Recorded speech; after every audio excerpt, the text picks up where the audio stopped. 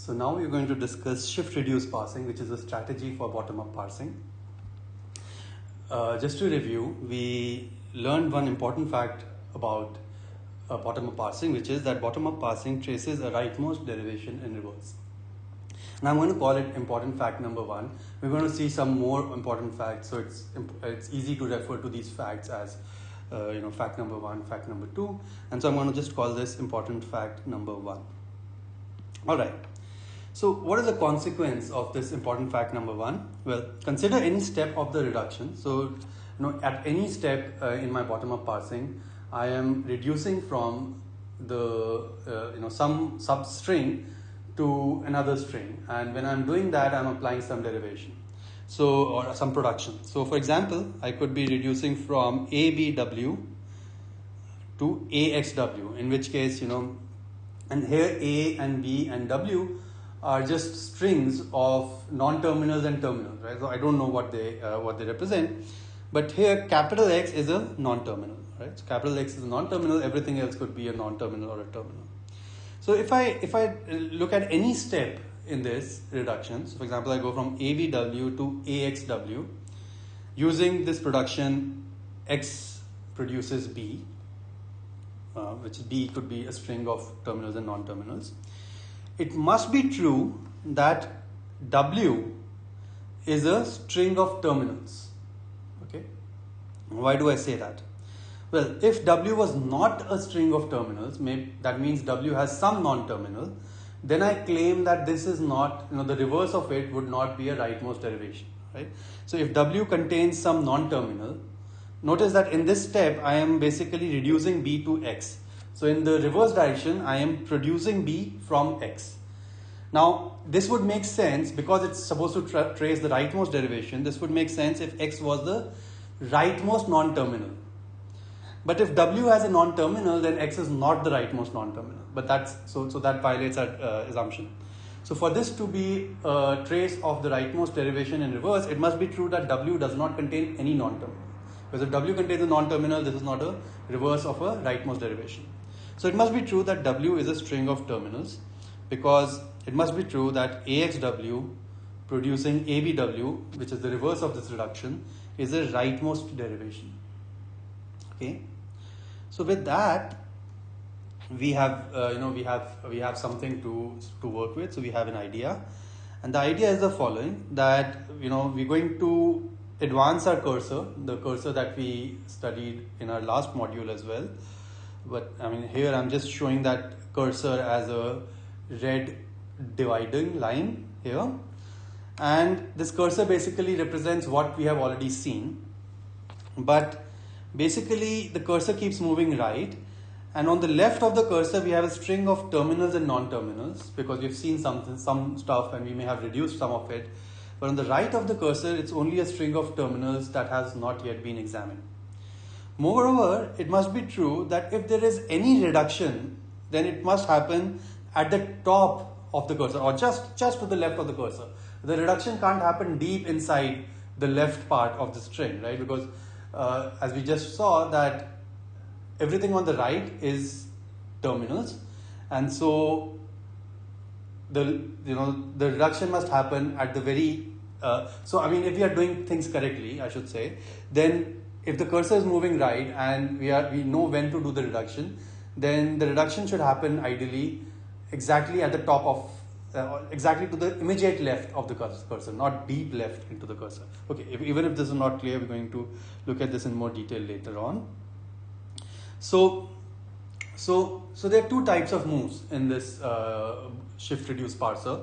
So recall that I'm calling this a shift-reduce parser, which is a strategy of bottom-up parsing. And in this case, the first type of move is a shift move. In this case, I basically decide to move the cursor one step to the right, which means I kind of read one more input, right? So we move the cursor right by one character, which signifies that the parser has seen that character, and this would be called a shift move. And then the other type of move will be called a reduce move. And what's the reduce move? Well, let's say the cursor is at some point here, and on the left of the cursor we have some string CABXY, which may contain terminals and non-terminals, and on the right we have W.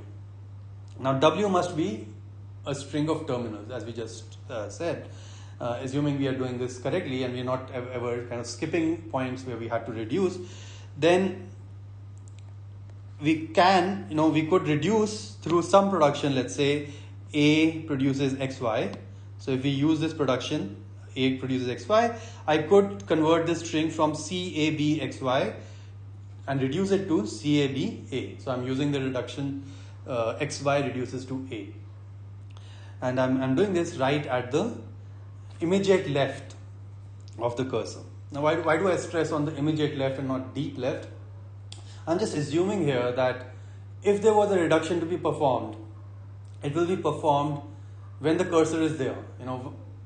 If you move right, then you have lost the chance to make that reduction. And this is just a property or of the algorithm that I want to implement, which is the shift reduce parsing algorithm. And how do I know whether to shift or reduce is something that we're going to figure out later in the lectures. But if there needs to be a reduction, then we better do it right now when the cursor is positioned right next to the RHS of that production. So in this case, the cursor is positioned right next to XY, where XY is the RHS of some production A producing XY, and we want to reduce. So we're going to say CABXYW reduces to CABAW, with the cursor remaining unmoved. So there are two types of moves in the shift reduce parser. There's a shift move and there's a reduce move. Okay, so let's look at an example and see what moves are we using at what point. And I'm going to use the same example that we have used earlier, and we are using the same grammar of expressions that we have used earlier in this example. So int star int plus int, and the cursor starts from the leftmost position.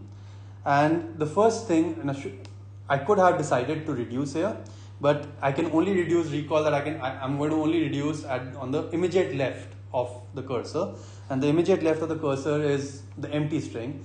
And I don't really have a production in my grammar that produces the empty string, so I'm not going to. There's no choice of reduction here. So the only choice I have is to shift the cursor, right? So I shift the cursor, and I'm going to write what move I'm making, whether I'm doing a reduction or a shift. So whether I'm doing a shift or a reduce on the right.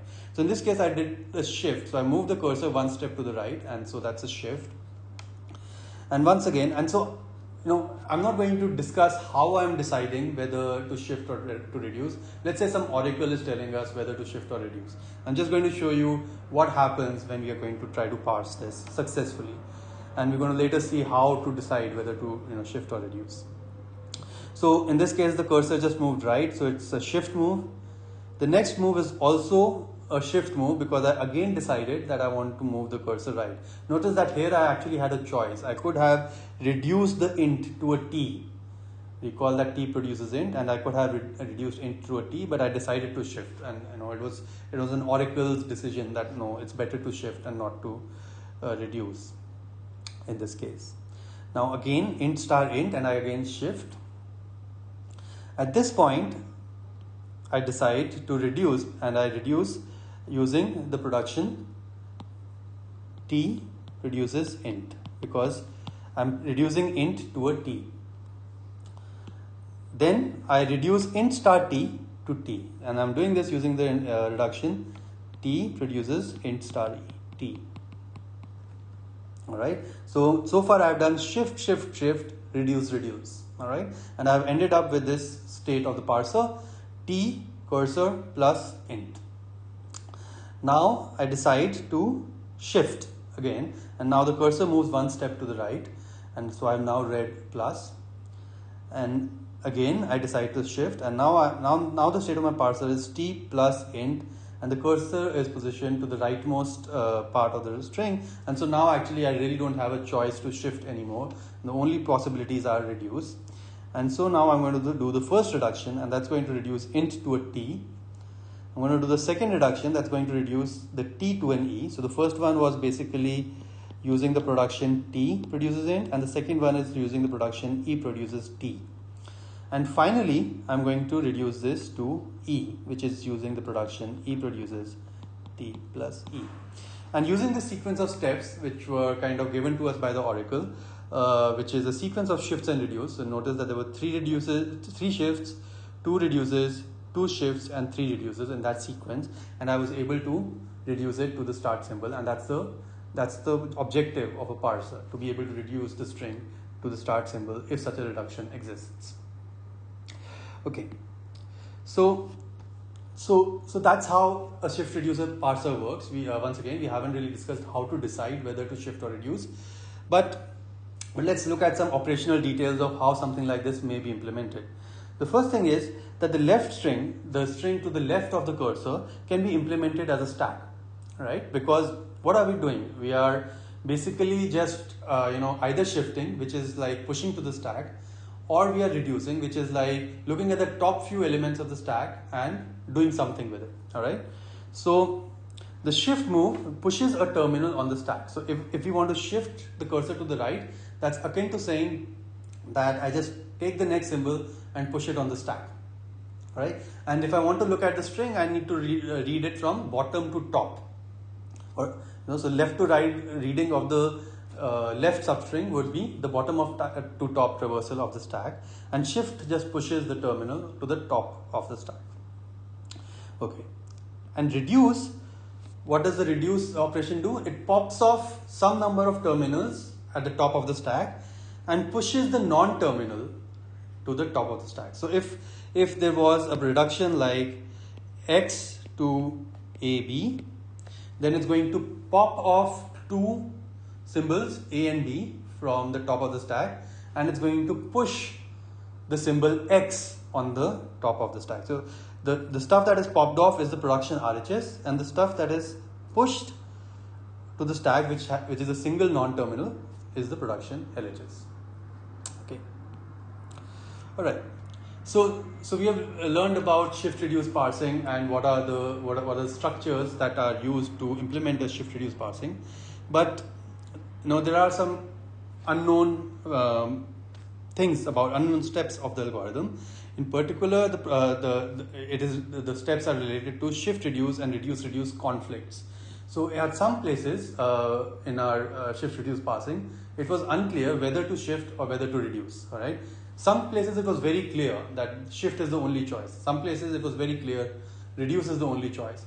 But some places it was not clear. I could have either shifted or reduced, right? And that's called a shift reduce conflict.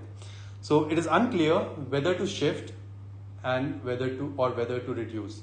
So this is something that we're going to learn in the next few lectures. It's also possible that there are multiple possibilities of a reduction. So maybe there are 2 productions, A produces AB and B produces AB, and I don't know which one to pick.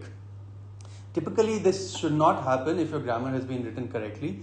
So this is actually a rare case of reduce conflict. The much more common case that we're going to study in more detail is the case of a shift reduce conflict. Reduce conflict can typically be removed by rewriting the grammar such that these kind of ambiguities do not appear in the grammar. All right. So what are some solutions? How do I resolve these conflicts? So solution number 1 is backtracking. Recall that even in the original recursive descent parsing algorithm, we said that there's a conflict, there was a choice, and we didn't know which production to use. Right? Similarly, in the bottom-up parsing algorithm, we have a choice whether to shift or whether to reduce, or which production to reduce by. And one option, of course, here is backtracking. So you make one choice arbitrarily, you keep going, and if you are able to reduce all the way to the start symbol, you are done. If not, then you backtrack and you try another choice. And you keep doing this until you exhaust the whole search space. And so this is the backtracking approach. As we discussed while we were discussing top-down parsing, backtracking approach, while feasible, is actually not very efficient, and so it's not usually used in practice. The more common approach is a predictive parser, where we try to look at the next k tokens and predict whether, based on the next k tokens, whether to shift or whether to reduce, and if we have to reduce, what production to reduce using. If I'm using a look ahead of k tokens, it's called an Lrk Parser. So L here stands for left to right, because we are scanning the input left to right. The cursor is moving left to right. In fact, all our parsers are scanning the string left to right, and as we discussed, it's just a matter of convention. R basically says we are tracing a rightmost derivation, although we are tracing it in the reverse direction. Unlike the recursive descent parsing, we will be tracing the leftmost derivation. In the bottom parsing scheme, we are tracing the rightmost derivation in the reverse direction. And K stands for the amount of look ahead. The typical useful value of K is 1. So the typical types of bottom-up parsers are usually LR1 parsers. I'm going to learn more about them in the next modules.